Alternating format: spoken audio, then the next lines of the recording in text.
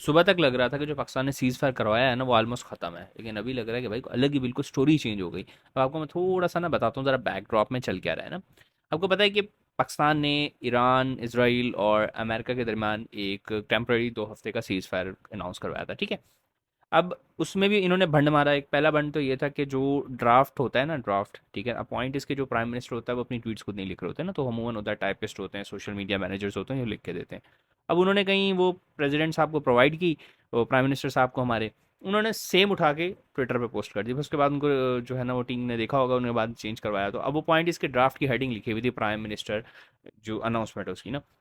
अब लोगों ने उस पर जो है शोर शराबा मचाना स्टार्ट कर दिया, भाई ये तो कहीं और से आई। तो ऑब्वियस सी बात है, जो ट्रूथ साइन हो रहा है, तो जो उसकी अनाउंसमेंट है ना, पब्लिक अनाउंसमेंट, वो पार्टीज़ के दरमियान में डिस्कस होने के बाद पब्लिक आती है, तो उसकी वर्डिंग्स देखनी होती है ना। अब जैसे अगर ये चीज़ वेरीफाई ना होती, क्योंकि उस दिन जिस दिन अनाउंसमेंट हुई कहा गया कि जो लेबनान है वो भी इंक्लूडेड है, हिजबुल्ला वाला। और उसके जैसे ही सब ने ओके कर दिया, ठीक है, ईरान ने ओके कर दिया, अमेरिका ने ओके कर दिया, कुछ घंटों के बाद इसराइल गया और जाके लेबनान में 100 पॉइंट्स पे 10 मिनट में बमबारी की, ठीक है। अब उसका वजह क्या है, जब ये अनाउंसमेंट आई ना, तो इसराइल के अंदर जो नेतन्याहू है उसके खिलाफ इस लेवल का पॉलिटिकल रिएक्शन आया कि नेतन्याहू को अपना आखिरी वक्त नजर आ गया। उसने कहा कि भाई एक ही तरीका है, तबाह करवाओ सीज फायर, ठीक है। और फिर उसके बाद जो है मामला फिर ख़राब हो गए। ईरान के ऊपर की जो उनकी रिफाइनरी थी उसके ऊपर यूएई ने अटैक कर दिया। अब सरप्राइजिंगली चीज़ है कि एक तरफ से दुनिया ख़त्म हो रही है, मतलब मामला सेटलमेंट की तरफ जा रहे हैं, दूसरी तरफ ये मस्ती हो रही है। तो ईरान ने कहा कि नहीं भाई, ईरान ने फ़ौरन जो है स्ट्रेट ऑफ हॉर्मुज़ बंद कर दी दोबारा से, ठीक है। और रिटेलिएशन में जो यूएई और कुवैत के ऊपर इंस्टॉलेशंस थी उस पर अटैक किया जवाब में अपने ईरान ने, कि जो उसकी इंस्टॉलेशंस पे अटैक हुआ, ठीक है ना। फिर क्या हुआ कि और लेबनान वाला जो है मामला, उस पे दुनिया का इतना सख्त रद्द-ए-अमल आया। एवरीवन वाज़ लाइक, क्योंकि पहले तक तो ये था ना, चलो लोग लीडर्स भी थोड़ा सा एक रिस्ट्रेंट रख के बात करते थे इसराइल के खिलाफ, लेकिन जो लेबनान में इन्होंने किया ना सीज़ फायर के बाद, तो वो उस पे तो हर बंदा, मतलब every leader was like what is this. तो उस पे रिएक्शन आया, ठीक है ना। तो और दूसरा ये कि ईरान ने भी बोला भाई अगर लेबनान नहीं है सीज़ फायर तो हम टॉक्स, कोई बातचीत नहीं हो रही।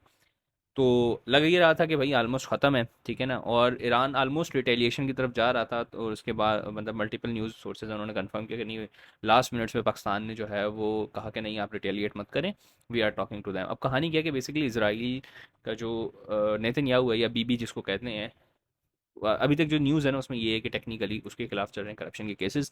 और जैसे ही वॉर रुकती है वो करप्शन के केसेस रिज्यूम हो जाते हैं, तो उसको डाइवर्ट करने के लिए भी उसके पास एक इंसेंटिव है। दूसरा ये कि पॉलिटिकल प्रेशर इतना डेवलप हुआ हुआ है कि भाई तुमने इतना सब कुछ कर दिया और अल्टीमेटली पूरी दुनिया में इसराइल की जो स्ट्रेटजी थी उसकी ऐसी की तैसी कर दी, और अल्टीमेट एंड रिजल्ट क्या मिला, सही है ना।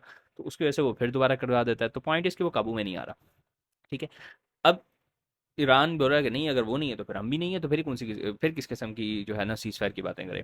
तो अभी तक ये सिचुएशन ये है, ठीक है ना, कि लेबनान का जो प्राइम मिनिस्टर है उसने जो है पीस टॉक्स के लिए गालिबन जो है ना बात के लिए कि भाई जो टेबल पे बात हो उसमें लेबनान को भी इंक्लूड किया जाए ना। कि मतलब टेक्निकली उसने कहा कि भाई मुझे भी बुलाया जाए इस्लामाबाद में, बात आके करूं कि भाई हमारे भी सीज फायर के मामला हो, हमारी भी सेटलमेंट करवाई जाए।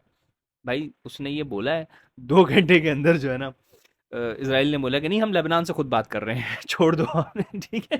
तो द पॉइंट इज कि पीस टॉक्स अभी तक तो ये लग रहा है कि ग्रीन लाइन है, ठीक है। क्योंकि पाकिस्तान के अंदर भी प्रिपरेशन फुल फ्लैज चल रही हैं। दो जो जुड़वा शहर हैं पाकिस्तान के अंदर, इस्लामाबाद और रावलपिंडी, उनके अंदर जो है ना सर्च ऑपरेशन हो रहे हैं। जो भी थोड़े बहुत थ्रेट्स हैं या प्रॉब्लम्स हो सकती हैं उसको न्यूट्रलाइज किया गया है, ठीक है। और गालिबन में रिपोर्ट्स भी देख रहा था कि जो क्योंकि वाइस प्रेसिडेंट जब मूव करता है तो उसका पूरा कॉन्वॉय साथ आता है, काफ़ी सारी गाड़ियाँ होती हैं और उनकी सिक्योरिटी टीम आती है। वो गालिबन ऑलरेडी लैंड हो चुकी है, ठीक है। और ईरान ने कल तक कहा था कि भाई हम नहीं आ रहे, लेकिन अब पॉसिबल ये लग रहा है कि ईरान इज़ आल्सो इंक्लूड, जो है उसने भी जो है ना आज कोई अटैक नहीं किया है किसी भी गल्फ स्टेट के ऊपर। अल जजीरा ने भी आज ये चीज़ कन्फर्म किया कि ईरान ने कोई भी अटैक नहीं किया है, कल किए थे, आज कोई नहीं किया। तो मोस्ट लाइकली लग रहा है कि जो पीस टॉक्स हैं उस पर ग्रीन लाइट है, लेकिन मेरे ख्याल से स्ट्रेट ऑफ हॉर्मोन्स फिर दोबारा बंद हो गई है ठीक है।